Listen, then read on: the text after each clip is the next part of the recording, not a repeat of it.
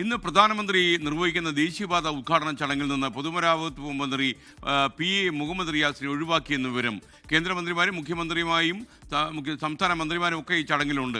കൊച്ചിയിൽ നടക്കുന്ന ഉദ്ഘാടന ചടങ്ങിൽ പക്ഷേ പൊതുമരാമത്ത് വകുപ്പ് മന്ത്രി ഒഴിവാക്കിയെന്നാണ് വിവരം. ദീപക് തർമ്മടം ഈ വാർത്തയുടെ അപ്ഡേഷനുമായി ചേർന്നു.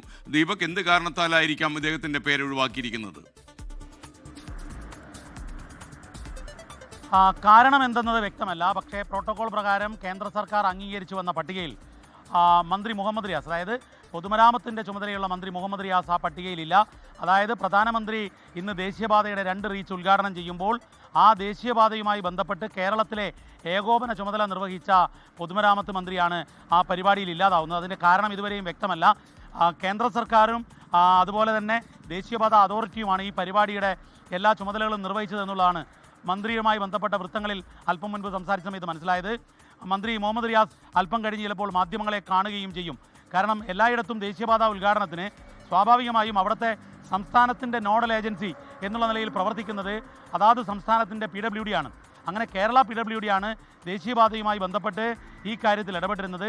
മാത്രവുമല്ല SKN അതിൽ ഈ പൊതുമരാമത്ത് മന്ത്രിയുടെ ഓഫീസ് വ്യക്തമാക്കുന്നത് സംസ്ഥാനം നൽകിയ പണത്തിൻ്റെ കണക്ക് കൂടി അതിലേറെ നിർണായകമാണ്.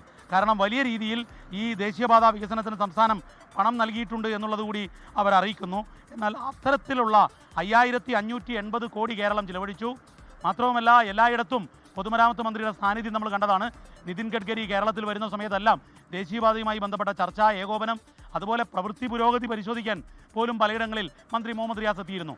പക്ഷേ ഉദ്ഘാടനത്തിലേക്ക് എത്തുമ്പോൾ, ഒരു തെരഞ്ഞെടുപ്പ് വേളയിലെ ഉദ്ഘാടനത്തിലേക്ക് എത്തുമ്പോൾ പൊതുമരാമത്ത് മന്ത്രി മുഹമ്മദ് റിയാസ് പട്ടികയിലില്ല. പക്ഷേ മറ്റൊരു രസകരമായ കാര്യം, കേരളത്തിലെ BJP അധ്യക്ഷൻ രാജീവ് ചന്ദ്രശേഖർ പട്ടികയിലുണ്ട് താനും. അപ്പോൾ ഇതിലൊരു രാഷ്ട്രീയ ആരോപണം തന്നെ ഇടതുമുന്നണി ഉന്നയിക്കാൻ സാധ്യത കാണുന്നുണ്ട്.